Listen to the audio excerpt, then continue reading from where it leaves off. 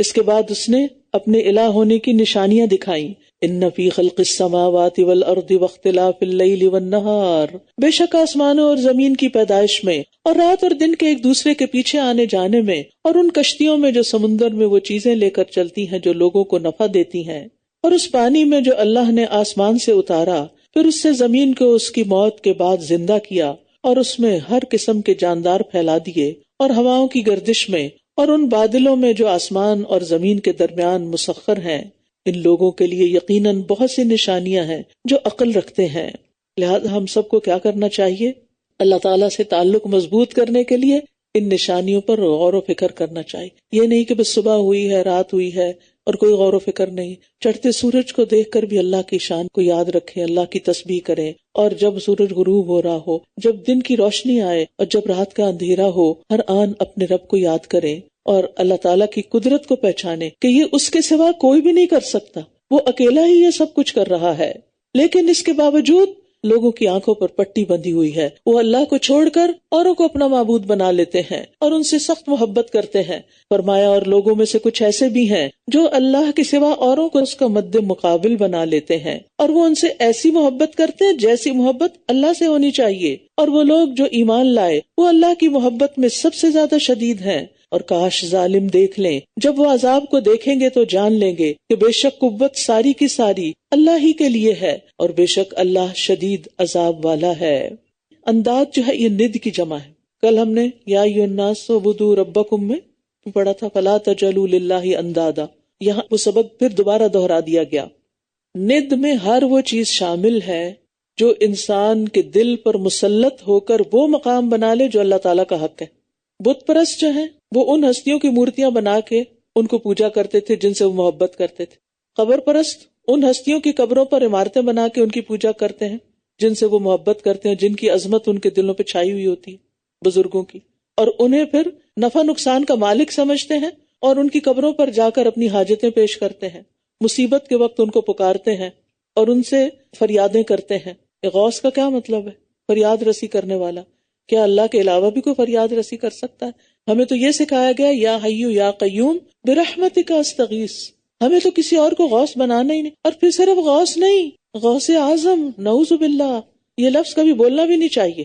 ان کا نام عبد القادر جیلانی بولنا چاہیے، نہ کہ غوث اعظم۔ یہ بولنا بھی شرک ہو جاتا اگر ذہن میں وہی ہیں، لیکن ہم کبھی سوچتے ہی نہیں کہ ہم کیا کہہ رہے ہیں۔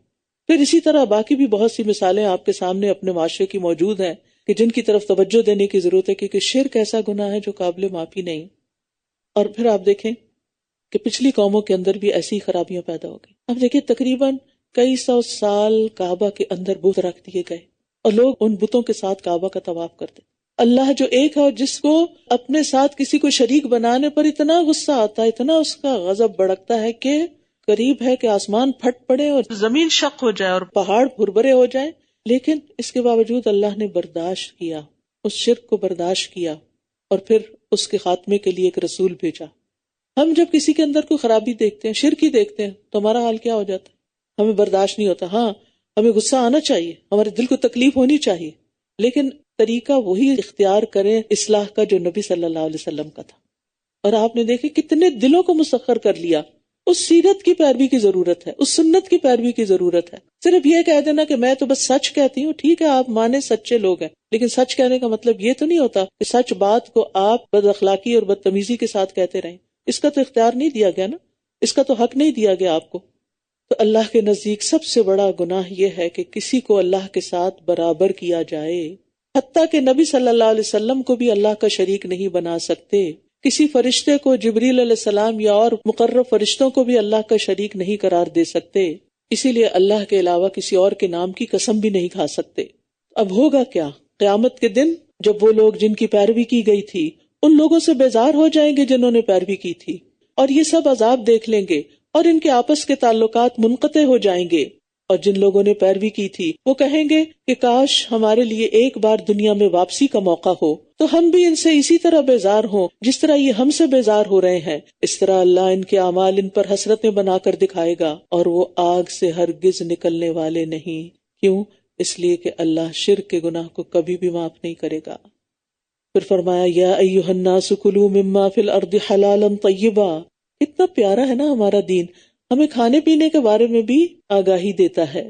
اے لوگو، زمین میں جو بھی حلال اور پاکیزہ چیزیں ہیں صاف ستھری کھاؤ، اور شیطان کے قدموں کی پیروی نہ کرو، بے شک وہ تمہارا کھلا دشمن ہے.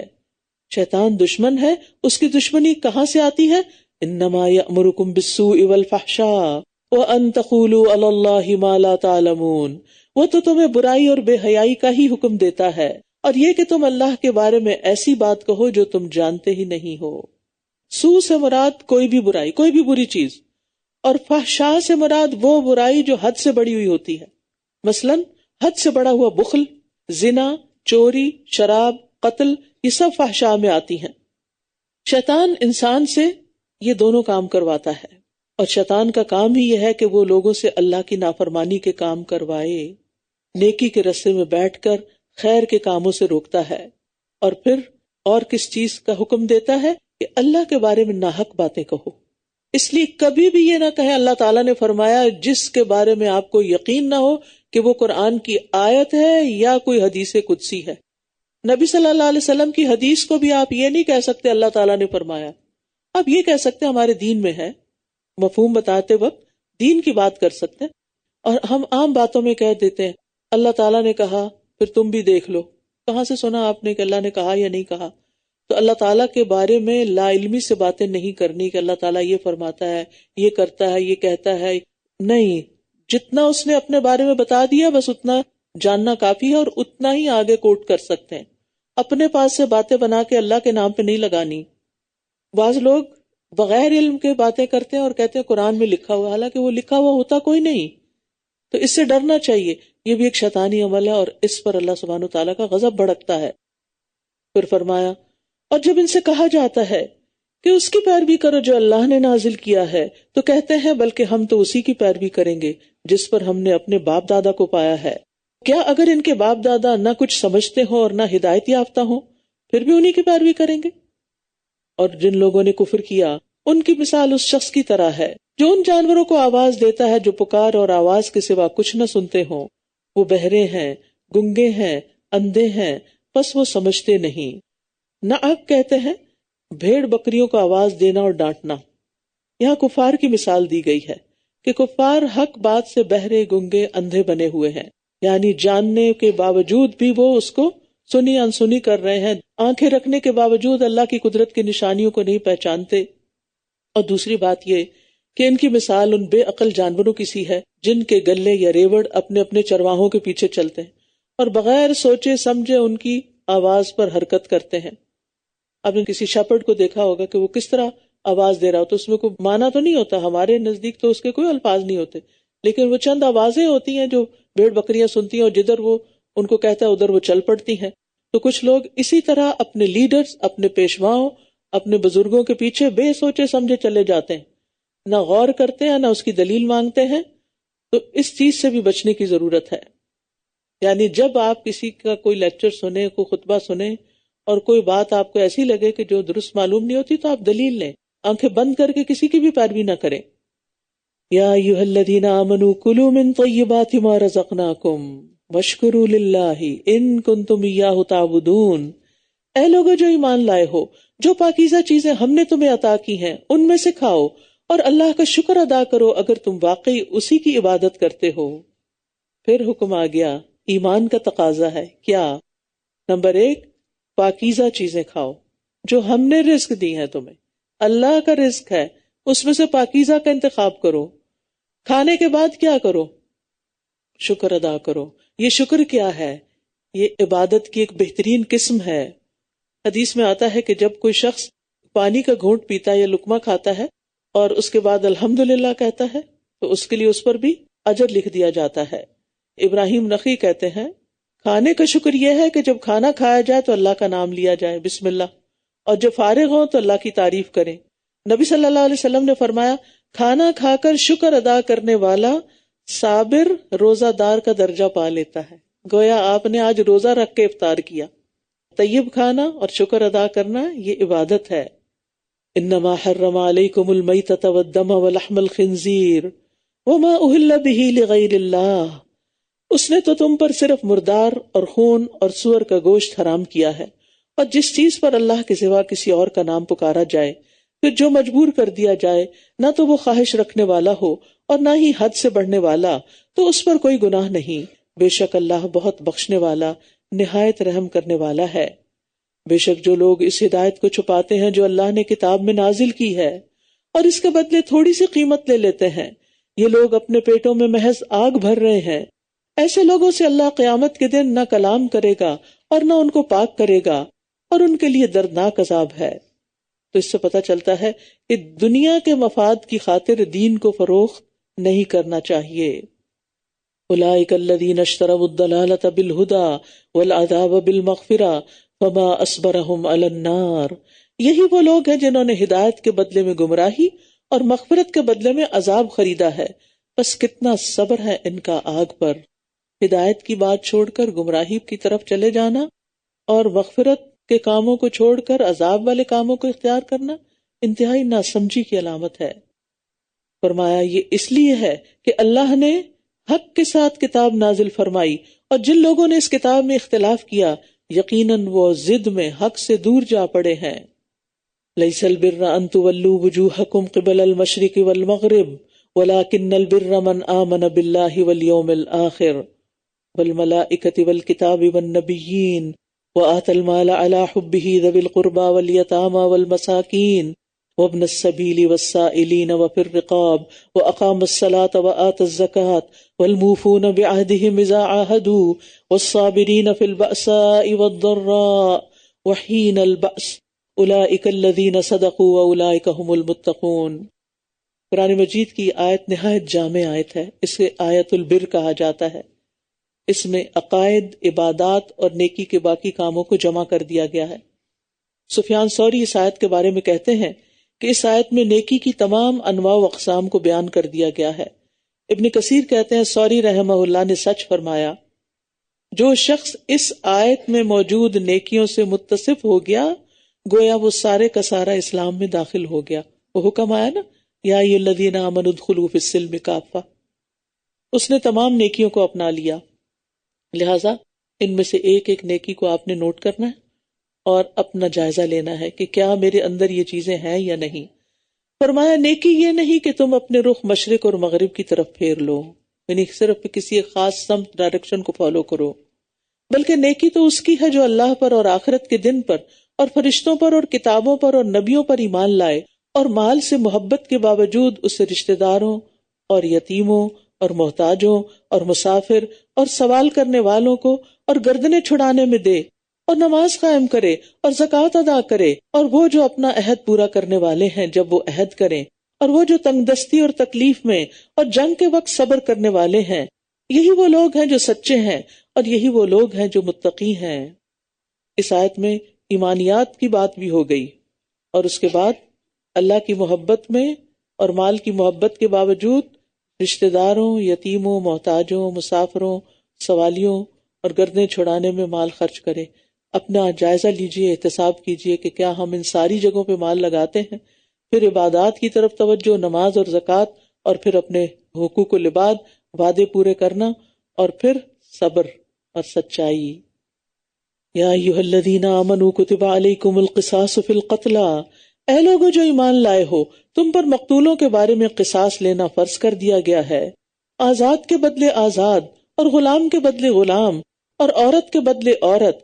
پھر جس قاتل کو اس کے بھائی یعنی مقتول کے وارث کی طرف سے کچھ معاف کر دیا جائے تو مقتول کے وارث کے لیے معروف طریقے سے پیروی کرنا اور قاتل کو اچھے طریقے سے اس کی دیت ادا کرنا لازم ہے، یہ تمہارے رب کی طرف سے تخفیف اور رحمت ہے۔ پھر جو اس کے بعد زیادتی کرے تو اس کے لیے دردناک عذاب ہے۔ یہاں اہل جاہلیت کے ایک ظلم کا خاتمہ مقصود ہے، کیونکہ ان کے ہاں اگر کمزور قبیلے کی کوئی عورت کسی طاقتور قبیلے کے مرد کو قتل کر دیتی تو وہ قتل کرنے والی عورت کی بجائے اس قبیلے کے کسی بے گناہ مرد یا بہت سے مردوں کو قتل کر دیتے تھے۔ اسی طرح کسی کمزور قبیلے کا کوئی غلام کسی زور آور قبیلے کے کسی آزاد آدمی کو قتل کر دیتا تو وہ اس قاتل غلام کی جگہ اس قبیلے کے کسی بے گناہ آزادی کو قتل کرنے پر اصرار کرتے۔ تو اللہ تعالیٰ نے واضح کر دیا کہ نہیں، قتل کرنے والے کے بدلے میں قاتل ہی کو قتل کیا جائے گا، کسی دوسرے کو نہیں۔ قاتل خواہ آزاد ہے، غلام ہے، مرد ہے یا عورت۔ یہاں ایک دلچسپ بات یہ ہے کہ مقتول کے وارث کو قاتل کا بھائی کہا گیا، یعنی قتل ہو گیا، جرم بہت بڑا ہے، لیکن رشتہ ایمانی نہیں ختم ہوا، اور ایک طرح سے سفارش بھی کی گئی کہ اب جو ہونا تھا ہو گیا، اب تم اسے کچھ نہ کچھ رعایت دے دو، کچھ معافی دے دو۔ معافی کی دو صورتیں ہیں، ایک تو یہ کہ صدقہ کرتے ہوئے دیت کے بغیر معاف کر دیں، اور دوسرا یہ کہ دیت لیں، خواہ پوری لیں یا اس میں سے کچھ معاف کر دیں، اور اگر معاف کرتے ہوئے قصاص کی جگہ دیت قبول کر لیں تو پھر دینے والوں پہ لازم ہے کہ اچھی طرح اس کو ادا کریں، اور دیت کا تقاضا کرنے والے اچھے طریقے سے کریں۔ استطاعت ہوتے ہوئے دیت ادا نہ کرنا ظلم ہے، اور دیت میں دیر بھی نہیں کرنی چاہیے۔ وَلَكُمْ فِي الْقِصَاصِ حَيَاةٌ يَا أُولِي الْأَلْبَابِ لَعَلَّكُمْ تَتَّقُونَ، اور تمہارے لیے قصاص میں زندگی ہے اے عقل والو، تاکہ تم بچ جاؤ۔ یعنی قصاص تو جان کے بدلے جان لینا ہے، جان لینے میں زندگی ہے، ہاں یہ کہ ڈیٹرنٹ کا کام کرے گا، آئندہ لوگوں کی جانیں بچ جائیں گی، سزا کے خوف سے لوگ قتل کرنے سے رک جائیں گے، اور کوئی کسی اور کو قتل کرنے کی جرات نہیں کرے گا۔ اور پھر تتقون، یعنی تم دوسرے کو قتل کرنے سے بچ جاؤ گے، اور اس طرح آخرت میں اللہ کے عذاب سے بچ جاؤ گے۔ علماء کہتے ہیں کہ یہ آیت اختصار اور جامعیت میں بے نظیر ہے، بے مثال ہے، اتنا بڑا حکم چند لفظوں میں دے دیا گیا۔ پھر فرمایا کتب علیکم اذا حضر احدکم الموت، تم پر فرض کیا گیا کہ جب تم میں سے کسی کو موت آنے لگے، یعنی ایسی بیماری ہے کہ اب زندگی کے آثار کم ہی ہیں، یعنی جان بچنا مشکل ہے، تو اگر وہ کچھ مال چھوڑ دے تو والدین اور رشتہ داروں کے لیے معروف طریقے سے وصیت کر جائے، یہ حق ہے متقی لوگوں پر۔ اب ایسا ہے کہ والدین اور رشتہ داروں کے حصے تو اللہ تعالیٰ نے سورۃ النساء میں خود مقرر کر کے بتا دیے، لیکن کچھ والدین اور رشتہ داروں کے حصے مقرر نہیں بھی ہوتے، ان کے بارے میں وصیت کرنا ضروری ہوتا ہے تاکہ وہ محروم نہ رہ جائے۔ مثلا وہ والدین جو مسلم ہی نہیں، کافر والدین وارث تو نہیں بن سکتے، تو ان کے لیے وصیت کی جا سکتی، یا غلام ہے، غلام بھی وارث نہیں بنتا لیکن وہ غلام مسلمان ہے، تو ایسی صورت میں اس کے لیے بھی کچھ نہ کچھ وصیت کی جا سکتی۔ اسی طرح دادا دادی، نانا نانی جن کا کوئی پرسان حال نہیں، تو والدین کی موجودگی میں ان کے حق میں بھی وصیت لازم ہے، کیونکہ اگر والدین ہو تو اوپر پھر نہیں جا سکتی وراثت، ایسی صورت میں ان کے لیے کچھ وصیت کر دی جائے۔ اسی طرح کسی شخص کے بیٹوں کی موجودگی میں پوتے پوتیاں وارث نہیں ہو سکتے، تو پھر ان کو وصیت کے ذریعے کچھ دیا جا سکتا ہے، یعنی ایسے پوتوں کے حق میں وصیت فرض ہے جن کا والد فوت ہو چکا ہو اور ان کا جائیداد میں حصہ نہ بنتا ہو، تو ان کے لیے کچھ نہ کچھ وصیت کے طور پر مختص کر دیا جائے۔ وَمَن بَدَّلَهُ بَعْدَ مَا سَمِعَهُ فَإِنَّمَا إِثْمُهُ عَلَى الَّذِينَ يُبَدِّلُونَهُ إِنَّ اللَّهَ سَمِيعٌ عَلِيمٌ، پھر جو شخص اس وصیت کو سننے کے بعد اسے بدل ڈالے تو بے شک اس کا گناہ ان لوگوں پر ہے جو اس کو بدلیں گے، بلا شبہ اللہ بہت سننے والا، بہت جاننے والا ہے۔ السمیع، بہت سننے والا، اس کی سماعت سے کوئی چیز بھی دور نہیں، چونٹی کے چلنے کی آواز ہو یا کسی اور چیز کی اس سے بھی کم، کوئی اللہ کی تعریف کرے، حمد پکارے یا کوئی شکوہ کرے، سب کی باتیں سن رہا ہوتا ہے۔ اور سم بمانا اجابت یعنی قبول کرنے کے بھی آئے ہیں۔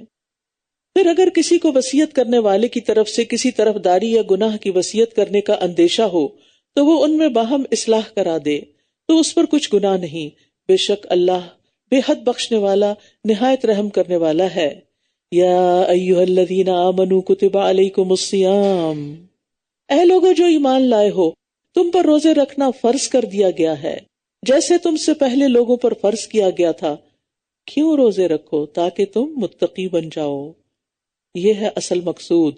تو روزہ تقوی کے حصول کا، یعنی تقوی کے اتنے فوائد اور بے شمار ثواب اور اجر بتائے جاتے ہیں، تو سوچتا ہے انسان، کیونکہ انسان کی نجات کا نثار تقوی حاصل کیسے ہو؟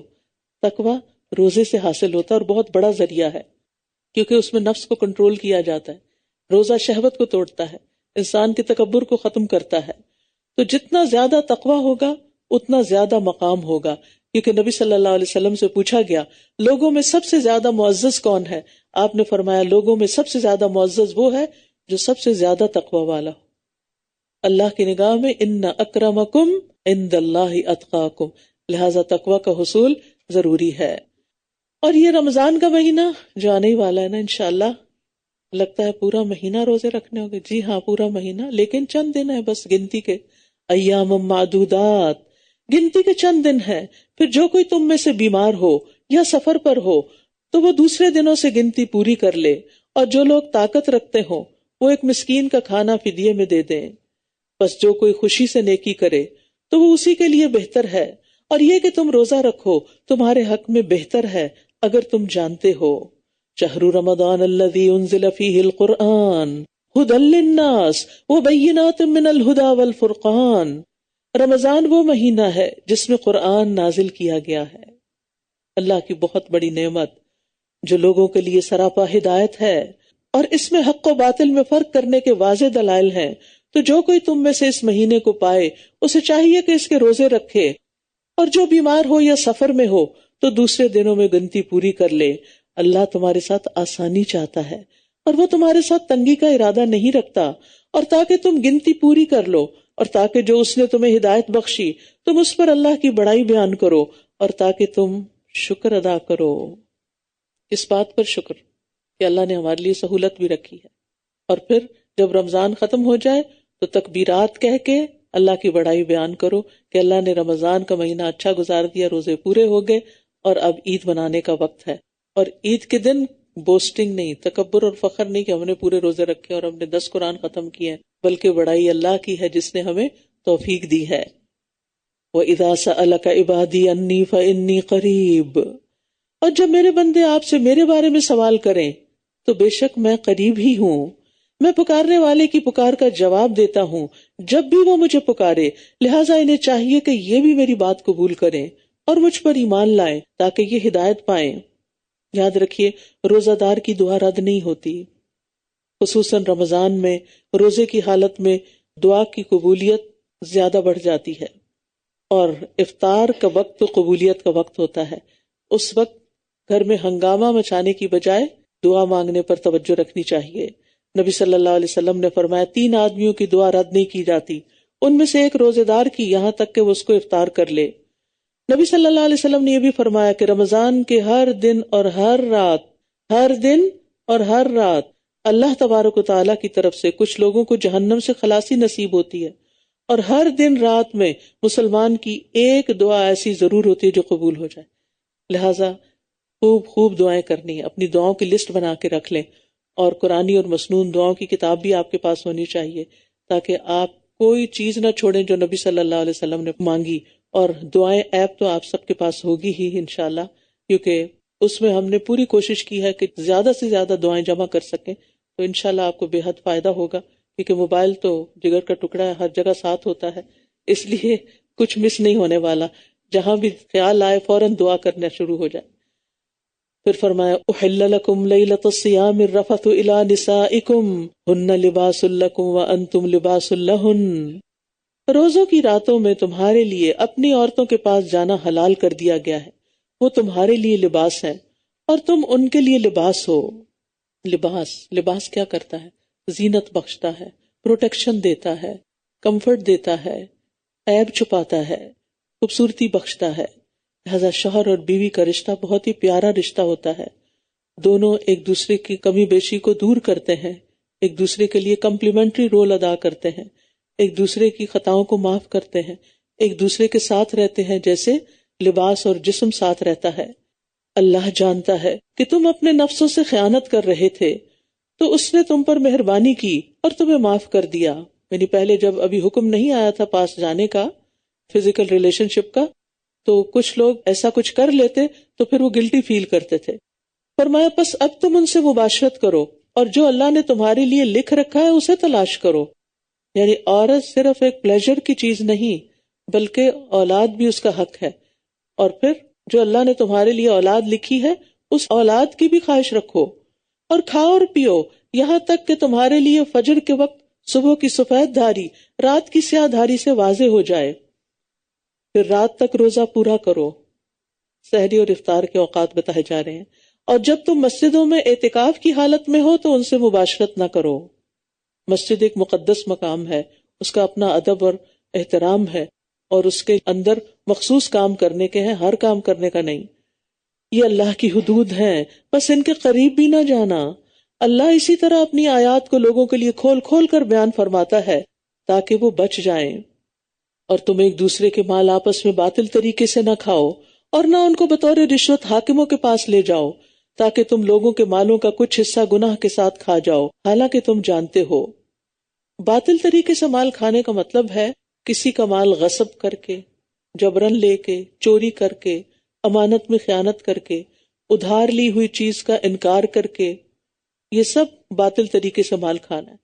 اسی طرح اس میں وہ معاوضہ بھی شامل ہے جو حرام ہے، جیسے سودی لین دین، ہر قسم کے جوئے سے حاصل شدہ مال، کہ کوئی لاٹری نکل آئی ہے، کوئی خوش ہونے کی ضرورت نہیں، اول تو اس میں جانا ہی نہیں چاہیے تھا، نکل بھی آئی ہے تو اس کا ایک پیسہ بھی حلال نہیں آپ کے لیے، کیونکہ یہ مال کسی کام کے معاوضے کے طور پر نہیں آپ کو ملا۔ پھر اسی طرح خرید و فروخت کے معاملات، بزنس میں دھوکہ دینا، ملاوٹ کے ذریعے مال حاصل کرنا، مزدوروں سے کام لینا پھر ان کی اجرت کھا جانا، یہ بھی باطل طریقے سے مال کھا جانا ہے۔ اسی طرح لوگوں کا زکوٰۃ، صدقات، اوقاف اور وصیتوں کا مال کھا جانا، یعنی کرپشن کے ذریعے بیت المال کے اندر کرپشن، یہ بھی اسی میں داخل ہے۔ تو جو اس مال کے مستحق نہیں یا مستحق تھے مگر اپنے حق سے زیادہ وصول کر لیا، یہ بھی درست نہیں۔ اسی طرح وراثت میں کسی کا حق نہ دینا اور زبردستی اس پہ قبضہ جما لینا، بے شمار صورتیں ہیں، یعنی جو مال آپ کا حق نہیں وہ آپ کے لیے اس کی طرف دیکھنا بھی جائز نہیں۔ وہ جس کا ہے اللہ اسی کو نصیب کرے، اپنے مال کی فکر کرے لیکن دوسروں کے مال پہ نظر نہ رکھیں، اور نہ ہی دھوکے اور فریب سے ان کو ہتھیانے کی کوشش کریں، کیونکہ ناحق ایک لقمہ کھانا بھی عذاب کا باعث ہے۔ پھر فرمایا یسألونک عن الأہلہ، وہ آپ سے نئے چاندوں کے بارے میں سوال کرتے ہیں۔ اب نیا چاند نکلنے والا ہے، کوشش کیجیے رمضان کا چاند دیکھیں۔ کہہ دیجئے کہ وہ لوگوں کے لیے عبادت اور حج کے اوقات معلوم کرنے کے لیے ہیں، اور نیکی یہ نہیں کہ تم گھروں میں ان کے پیچھے سے آؤ، بلکہ نیکی اس کی ہے جو تقوی اختیار کرے، اور گھروں میں ان کے دروازوں سے آیا کرو، اور اللہ سے ڈرو تاکہ تم فلاح پاؤ۔ انصار کی عادت یہ تھی کہ جب وہ حج یا عمرے کے لیے جاتے اور احرام پہن لیتے تو پھر اگر کوئی کام بھی پڑ جاتا گھر میں جانے کا، واپس آنے کا، تو دروازے سے نہیں آتے تھے، بیک ڈور سے آتے یا دیوار پھلانگ کے آتے۔ یہ ان کی خود ساختہ رسم تھی۔ اس سے منع کر کے ایک بڑی خوبصورت بات سکھا دی گئی کہ وَأْتُوا الْبُيُوتَ مِنْ أَبْوَابِهَا، صرف اتنی سی بات جو ہے اس میں بے شمار حکمت ہے۔ ہر کام سیدھے رخ سے کرو، سیدھے طریقے سے کرو، ہر کام کو اس کا حق دو، یعنی دو نمبر ہی نہ کرو، جس سے کہتے ہیں نا عام الفاظ میں، یعنی جو کام ہے جس طریقے پر ہونا چاہیے، جو کسی کے ساتھ پرامس کیا ہے اس کے مطابق کرو، اور اللہ کی راہ میں ان لوگوں سے لڑو جو تم سے لڑتے ہیں، اور زیادتی نہ کرو، بے شک اللہ زیادتی کرنے والوں سے محبت نہیں کرتا، کسی پر بھی زیادتی نہیں، حتیٰ کہ اپنے دشمن کے ساتھ بھی زیادتی نہیں۔ اور تم دوران جنگ جہاں انہیں پاؤ قتل کر دو، اور انہیں وہاں سے نکال دو جہاں سے انہوں نے تمہیں نکالا ہے، اور فتنہ قتل سے بھی زیادہ سنگین جرم ہے، اور تم ان سے مسجد حرام کے پاس لڑائی نہ کرو جب تک کہ وہ خود تم سے اس میں نہ لڑیں، پھر اگر وہ تم سے حدود حرم میں لڑیں تو انہیں قتل کرو، ایسے کافروں کا یہی بدلہ ہے۔ فَإِنِ انْتَهَوْا فَإِنَّ اللَّهَ غَفُورٌ رَحِيمٌ، پھر اگر وہ باز آ جائیں تو بے شک اللہ بے حد بخشنے والا اور نہایت رحم کرنے والا ہے۔ سبحان اللہ، یعنی وہ لوگ جو نبی صلی اللہ علیہ وسلم کے دشمن بنے ہوئے تھے اور آپ کو نہ حل میں نہ حرم میں کہیں بھی معاف کرنے پہ تیار نہیں تھے، اگر وہ بھی توبہ کر لیں تو اللہ تعالیٰ ان کو بھی معاف کر دے گا۔ جیسے ابو سفیان کی مثال ہے کہ کہاں کہاں انہوں نے آپ سے مقابلہ نہیں کیا، لیکن جب وہ اسلام لے آئے پچھلے سارے گناہ معاف ہو گئے۔ یہ ہے ہمارا دین، ان الحسنات یذہبن السیئات، اور ان سے جنگ کرو یہاں تک کہ فتنہ باقی نہ رہے اور دین صرف اللہ ہی کا ہو جائے، پھر اگر وہ باز آ جائیں تو ظالموں کے سوا کسی پر زیادتی جائز نہیں۔ حرمت والے مہینے میں لڑائی کا بدلہ حرمت والے مہینے میں ہی ہے، یعنی اگر کوئی حرمت والے مہینے میں تم پہ اٹیک کرے گا تو حرمت والے مہینے میں ہی جواب دیا جائے گا، ورنہ حرمت والے مہینے میں جنگ کرنا جائز نہیں۔ اور حرمتوں کی پامالی کا بھی قصاص ہے، بس جو کوئی تم پر زیادتی کرے تو جیسی زیادتی وہ تم پر کرے ویسی ہی تم اس پر کرو، اور اللہ سے ڈرتے رہو اور جان لو کہ اللہ متقی لوگوں کے ساتھ ہے۔ اور اللہ کی راہ میں خرچ کرو اور اپنے ہاتھوں اپنے آپ کو ہلاکت میں نہ ڈالو، اور نیکی کرو، بے شک اللہ نیکی کرنے والوں سے محبت کرتا ہے۔ نیکی کیوں کریں؟ اللہ کی محبت حاصل کرنے کے لیے، اور یہاں اللہ کی راہ میں مال خرچ کر کے، اللہ کے دین کے لیے مال خرچ کر کے، اور مال کو سینت سینت کے نہ رکھو ورنہ یہ مال ہی ہلاکت کا سبب بن جائے گا۔ بخل جو ہے وہ ہلاکت کا سبب ہوتا ہے، اور نیکی کرتے رہو، یعنی اپنے مال کے ذریعے بھی نیکی کرتے رہو.